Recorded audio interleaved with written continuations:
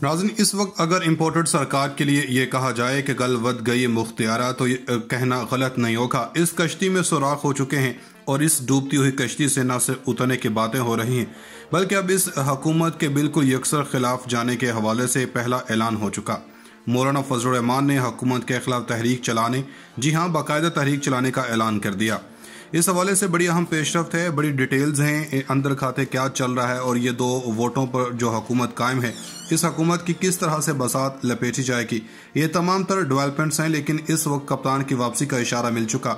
बैनुल-अक़वामी सतह पर से आवाज़ आ गई। पाकिस्तान के ताकतवर तरीन हलकों के लिए बड़े वाज़े इंडिकेटर्स पाकिस्तान के बरादर मुल्कों से आना शुरू हो चुके और इम्पोर्टेड हुकूमत की कश्ती भंवर में फंस गई है। इस इम्पोर्टेड हुकूमत की पॉपुलैरिटी ग्राफ तारीख की निचली तरीन सतह पर पहुंच चुका। इसको देखकर आलमी महाज पर हवा है वो इस कदर खौफनाक है और पाकिस्तान की पॉलिसी पर सवालात खड़े हो गए हैं। और इस वक्त हो क्या रहा है कि पाकिस्तान के अब बरकस समिट थी और चीन ने इसे होस्ट किया। चीन के अंदर तमाम तर ममालिक को बुलाया गया, मगर पाकिस्तान इस समिट से गायब था।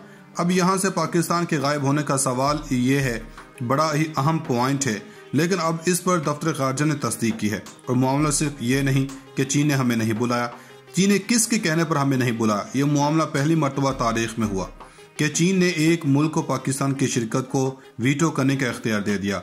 और इस वक्त सूरत हाल बन चुकी है कि भारत का वज़ीर आज़म नरेंद्र मोदी बरकस समिट में आया, बल्कि अब मकबूजा वादी में G20 के समिट करने जा रहा है और पूरी दुनिया के G20 ममालिक के सरबराहान अब मकबूजा वादी में जाएंगे और वो भारत का समिट होगा। यानी कि वो सारे ठप्पा लगा रहे होंगे कि यह भारत का हिस्सा है। G7 में भारत गया है, वहां बाइडेन मिल रहा है इससे। दूसरी जानब रूस और चीन के साथ बड़े खराब हो गए हैं ताल्लुकात के वेस्ट को खुश कर रहे हैं। रूस से वो भी तेल भी खरीद रहे हैं और चीन ने भारत के कहने पर पाकिस्तान को वीटो किया। इस हवाले से पाकिस्तानी दफ्तर खारजा ने तस्दीक की है कि बरकस सरबराही इजलास में एक रुकन ने पाकिस्तान की शिरकत को रोक दिया। उम्मीद है अब तरक्की पसीर ममालिक की शिरकत को यकीनी बनाया जाएगा। या आप इस बयान में छुपे कुर्ब को महसूस करें। बतौर पाकिस्तानी यकीन माने कि इस इकदाम की किसी को कोई खुशी नहीं होगी। दफ्तर खारजा ने चीन से कहा कि बरकस इजलास में गैर रुकन मदऊ किए जाते हैं। अफसोस है कि एक रुकन ने पाकिस्तान की शिरकत को रोक दिया। उम्मीद है आइंदा तरक्की पसीर ममालिक को शामिल किया जाएगा। हम चीन के किरदार को सराहते हैं। चीन के साथ मिलकर आलमी अमन के लिए मजबूत आवाज उठाएगा।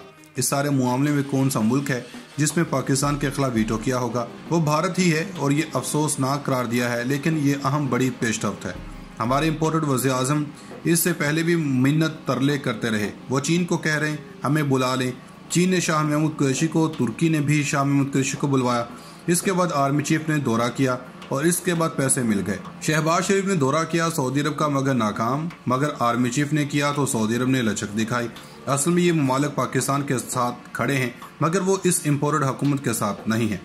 इसके साथ साथ इमरान खान ने वाइस कैप्टन शाह महमूद को बुलवाया कर यह साबित किया कि वो इमरान खान के जाने के बाद नाखुश हैं। बुनियादी तौर पर ये ममालिक कहते हैं कि हमारे साथ बात करें, मगर आज़ादाना होकर नहीं।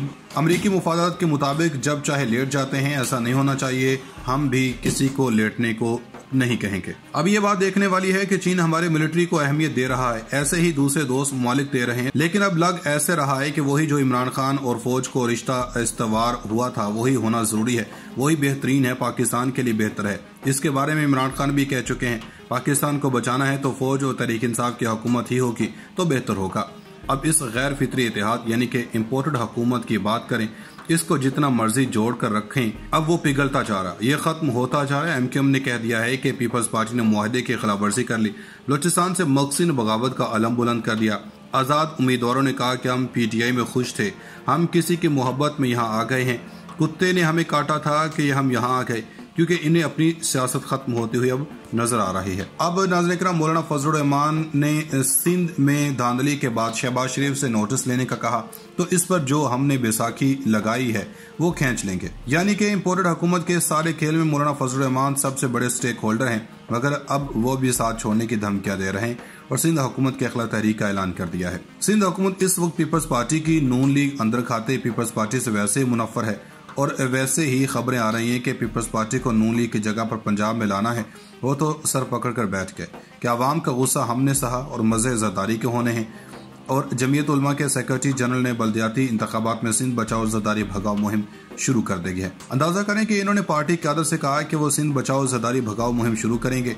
अब मौलाना डटे जाते हैं तो इनकी अपनी पार्टी इनके गले पड़ेगी, और अगर सिंध हुकूमत के खिलाफ निकलते हैं तो हुकूमत की नीकर गिली होने वाली है। ये सूरत-ए-हाल आउट ऑफ कंट्रोल होती जा रही है। पूरी जरदारी भगाओ मुहिम शुरू होने वाली है और ये भी कह रहे हैं कि विफाक में भी हम देखेंगे कि क्या करना है। आप देखें कि 2 MNA जाने हैं, इनका धड़न तख्ता हो जाना है। इसी गड़े में शहबाज एंड कंपनी गिरेगी जहां पर इन लोगों ने इमरान खान को गिराया था। शहबाज शरीफ ने दौरा किया सऊदी अरब का मगर नाकाम, मगर आर्मी चीफ ने किया तो सऊदी अरब ने लचक दिखाई। असल में ये ममालिक पाकिस्तान के साथ खड़े हैं मगर वो इस इम्पोर्टेड हुकूमत के साथ नहीं है।